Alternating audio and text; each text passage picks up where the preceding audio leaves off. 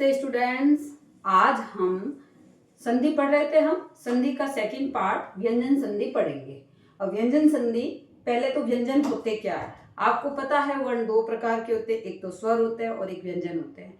स्वर को हम देख चुके हैं, अ से लेके औ तक हमने पढ़ा है। उनमें संधि किस प्रकार से होती है वो भी हमने देखा है।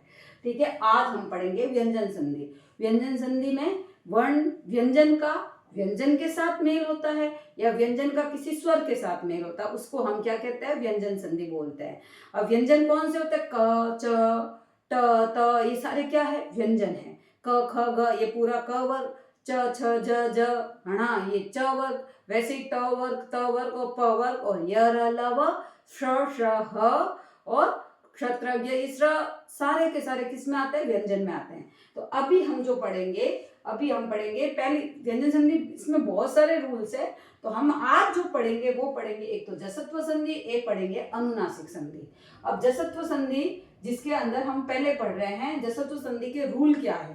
देखो, जसत्व संधि के रूल है कि किसी भी वर्ग का, मतलब जैसे क वर्ग, क से लेके प वर्ग तक, इन पांचों वर्ग में से पहला वर्ण, मतलब अगर क च ट त प, इन पांचों वर्णों में से जो इनका पहला वर्ण है क च ट त प, इनका यदि किसी स्वर के साथ मेल होता है या इन्हीं के वर्ण के तीसरे या चौथे वर्ण के साथ मेल होता है, उसके अलावा य व र ल और ह के साथ मेल होता है, तो ये अपने ही वर्ग के तीसरे वर्ण में बदल जाते हैं। जैसे क का तीसरा वर्ण कौन सा होता है, क वर्ग का ग, च का कौन सा होता है, झ, ट किस में बदलेगा, ड में, त द में और प ब में बदल जाएगा।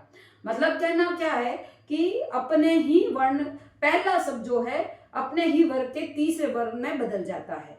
मतलब किसी भी वर्ग का पहला वर्ण तीसरे वर्ण में बदल जाएगा। इसको एग्जाम्पल से देखेंगे तो अच्छे से समझ में आ जाएगा। जैसे मैंने एक शब्द दिया है वाक प्लस दानम। अब आपको यहाँ एग्जामिन क्या करना है, देखो क कौन सा है, पहला वर्ण है ना। द कौन सा है, देखो त द है, ये इसमें मात्रा कौन सी लगी हुई है, आ की। और यहाँ पर आपको बता रखा है कि स्वर, मतलब ये जो पहला वर्ण है वो स्वर के साथ मेल होता है। स्वर के साथ मेल होगा तो ये अपना ही तीसरा वर्ण में बदलेगा। ये जो क है वो किस में बदलेगा, ग में। देखो मैंने वैसे का वैसा लिखा, क की जगह क्या लिख दिया, ग। वो ग भी कौन सा है, आधा ग, क्योंकि क आधा है तो वो आधा ही ग में बदलेगा। संस्कृत और हिंदी, ये हम जो मैंने आज एग्जाम्पल लिखे वो संस्कृत वाले लिख दिए हैं, तो संस्कृत और हिंदी दोनों में स्वर ये वाले नियम जो है वो सेम है। तो आप इसको देखिए ध्यान से, वाग प्लस आ है। अब ये घ और आ क्या बन गए, वा, देखो ये बन गया वागानम, वागानम। सॉरी ये ऐसे नहीं बनेगा, ओके वागदानम, वागदानम, ये इस तरीके से बनेगा। ठीक है, वागदानम, इस तरीके से ये चेंज हो जाएगा। अब इसके साथ में आपको देखो यहाँ पे क्या दिया है,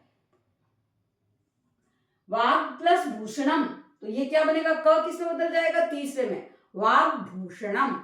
ये ग आधा लिखा जाएगा, इस ग को आधा नहीं लिख के हम क्या लिखते हैं, यूं लिखते हैं, जैसे ऐसे भी लिखते हैं इसको, और आप इसके नीचे हलन भी लगा सकते हैं। तो यहां लिखेंगे अपन वाग भूषणम,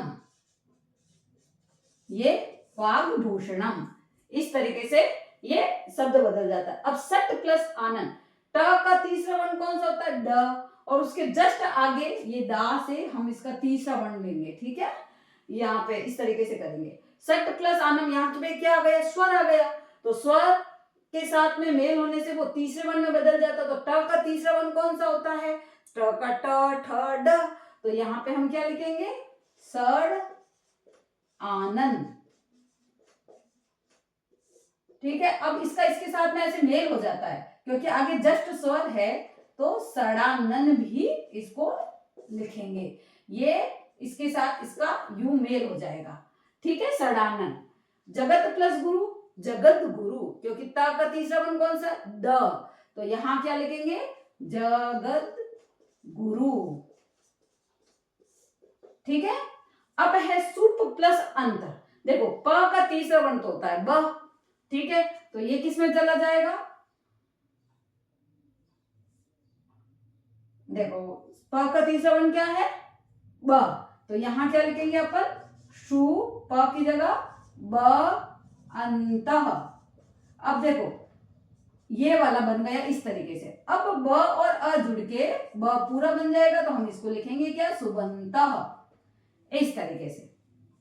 ठीक है, क्योंकि जस्ट इसके आगे स्वर आ रहा है, तो स्वर का इसके साथ मेल हो जाएगा और ब पूरा बन जाएगा।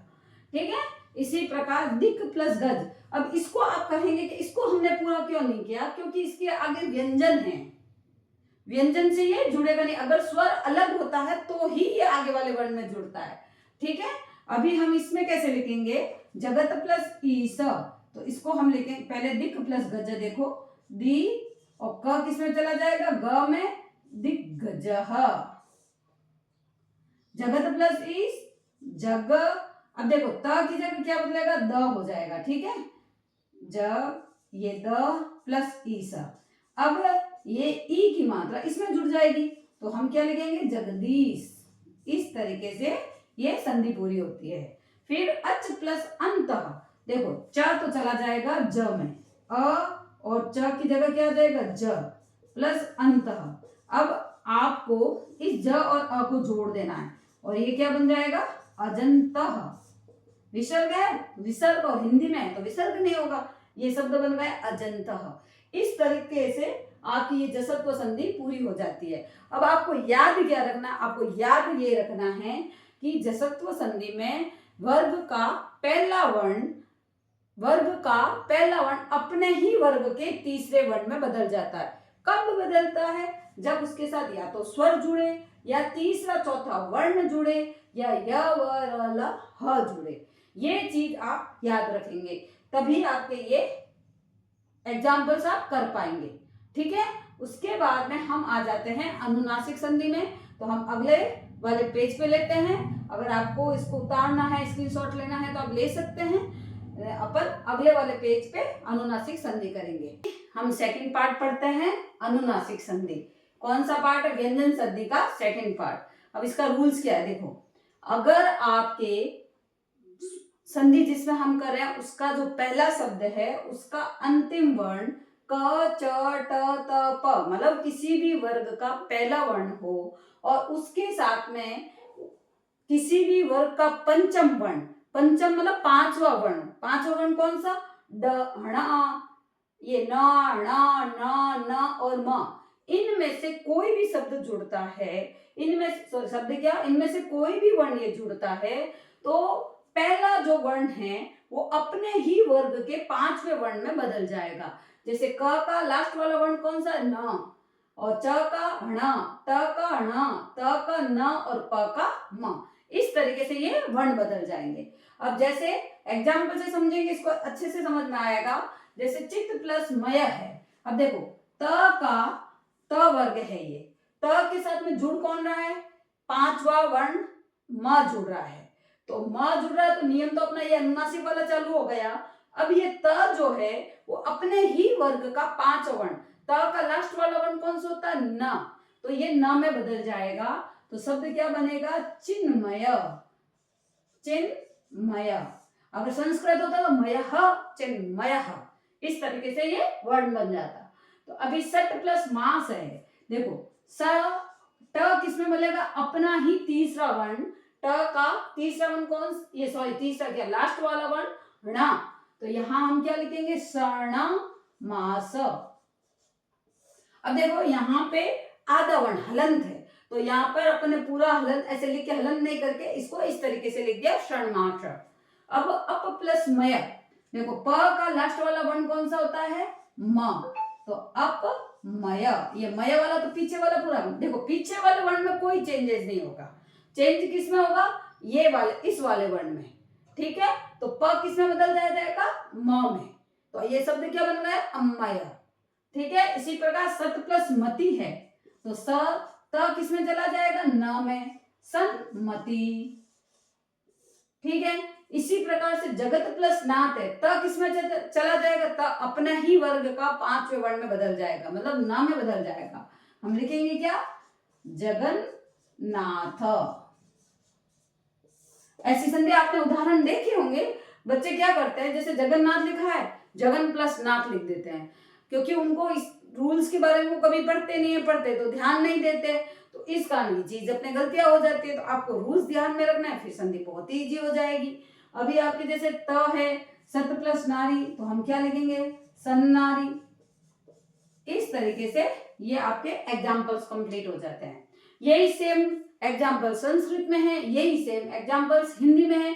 ये दोनों संधियां संस्कृत और हिंदी में सेम चलती है। और आपको खाली रूल्स याद रखने हैं। जसत्व संधि में हमने क्या पढ़ा, अनुनासिक संधि में हमने क्या पढ़ा। जसत्व संधि में पहला वर्ण तीसरे वर्ण में बदलता है और अनुनासिक में पहला वर्ण पांचवें वर्ण में बदलता है। और ये याद रखना जरूरी है कि जो जसत्व संधि है उसके साथ में आगे वाले शब्द जो है वो जुड़ने वाले कौन से शब्द होने चाहिए, कौन से बताए थे, एक तो स्वर हो सकता है, एक तो तीसरा चौथा वर्ण हो सकता है, या य अलावा ह हो सकता है।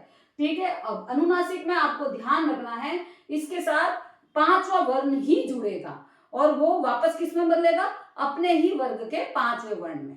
ठीक है। तो इस तरीके से अपने व्यंजन संधि के दो पार्ट जसत्व संधि और अनुनासिक संधि पूरे होते हैं। अगर आपको वीडियो पसंद आया है तो लाइक और सब्सक्राइब जरूर करें। धन्यवाद।